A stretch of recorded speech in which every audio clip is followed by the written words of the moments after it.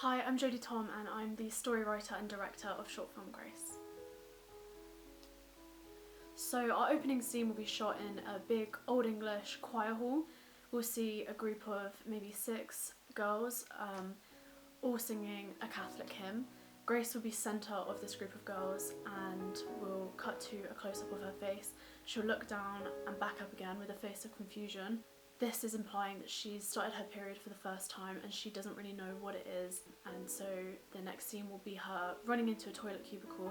We're imagining this shot bird's eye view, much like a sort of Wes Anderson type of shot. She'll walk in and take her pants down and basically see blood in her pants and in the toilet. We want to shoot a small shot of the blood coming into the water.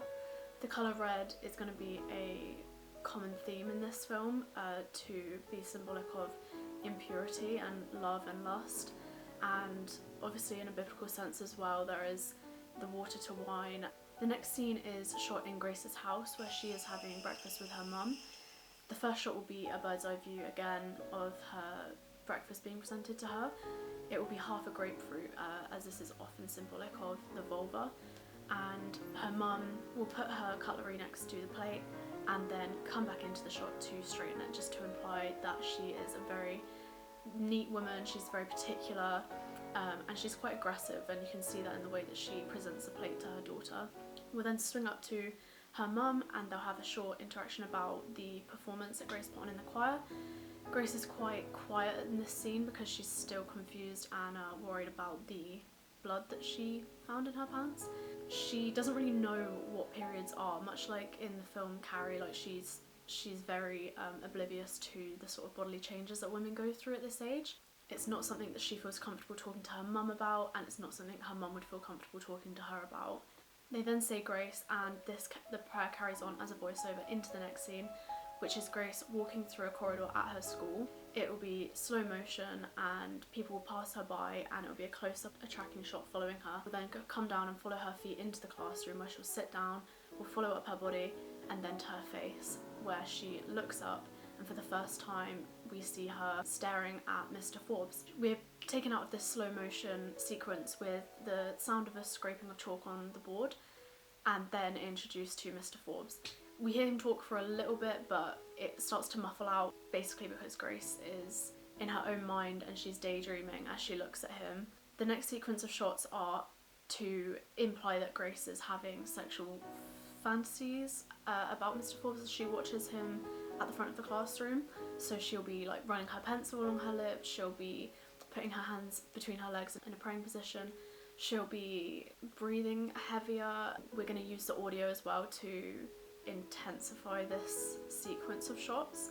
The audio being so loud in this sequence is very typical of Edgar Wright in his films, and it really like draws the audience in.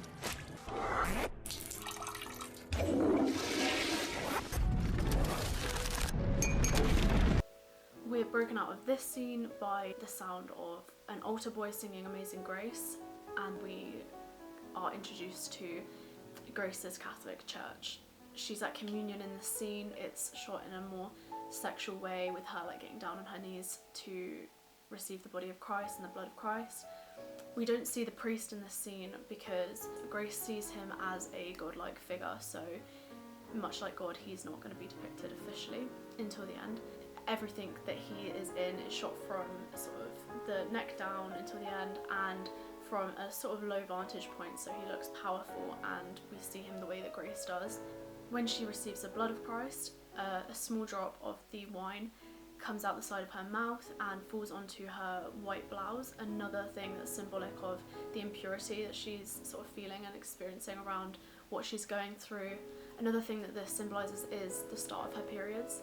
At the end of this sequence we then see a shot of the statue of Jesus on the cross in her church, and we zoom slowly into the ab area of this statue, and then it stops and starts to flicker, much like Carol Morley's flickering effect that she shows in The Falling, which is a film that I've referenced a lot and have drawn a lot of inspiration from for this film.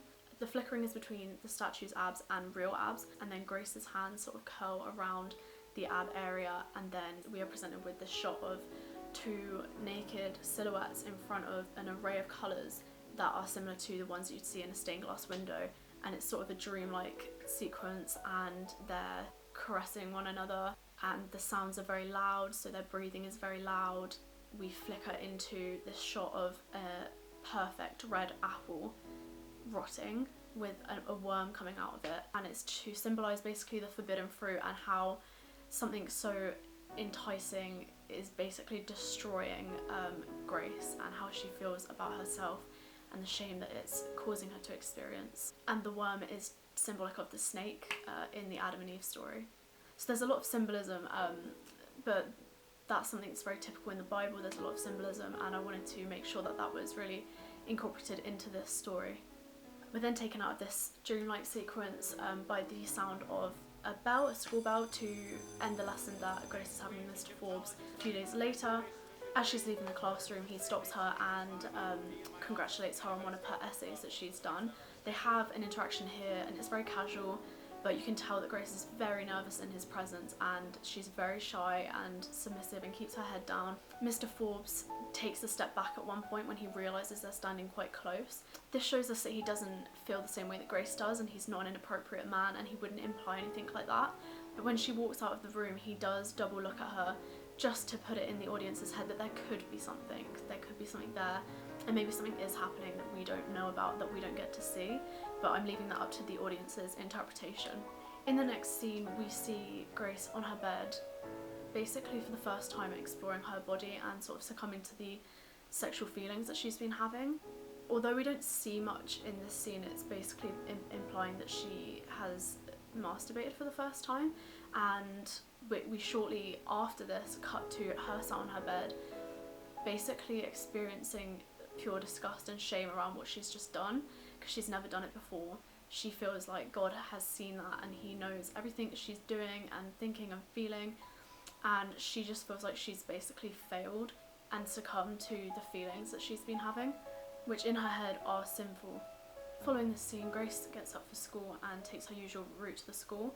As she's walking, she passes a couple, and she can't see who they are at this point because they're facing away from her, but she notices that the woman's pregnant, and as the man moves away from the woman and kisses her goodbye, she sees that it is Mr. Forbs. She didn't know he was married, and she also wasn't aware that he had a pregnant wife. So this just amplifies all of the guilt and shame she felt, and the sinful nature of everything she's been thinking and feeling. This just is the cherry on top, and she runs to her Catholic church to basically confess. She runs into the church and bursts into the priest's office to find her mum and the priest having sexual interactions. She stares for a few seconds, just in shock, pure shock, before she runs back out again. At this point, the two main male role models in Grace's life, the idea of them has been shattered for her, and she feels betrayed and let down by Mr. Forbs, but obviously by the priest as well, because she pictured him as the perfect example of what a Catholic person should be. And also her mum, after so many years of putting the pressure on Grace to be this certain type of Catholic girl, has also been shattered because her mum isn't succeeding at that herself. Although Grace feels so let down and upset and shocked, she also feels slight relief that she's not the only person that is succumbing to her natural instincts and these feelings around lust and love and sexual attraction. She runs to her neighbouring Catholic church to confess there instead, and I wanted her to go to another church because it made us aware that she's not giving up on her religion. She is just accepting that perfection is not a realistic expectation to have of yourself in any sense. She wants to continue her Catholic faith and she wants to be better, but she also accepts that there are mistakes that can be made. We end with a scene of her in confession, basically looking up to the camera and saying, "Forgive me, Father, for I've sinned." And yeah, that's the end of the film.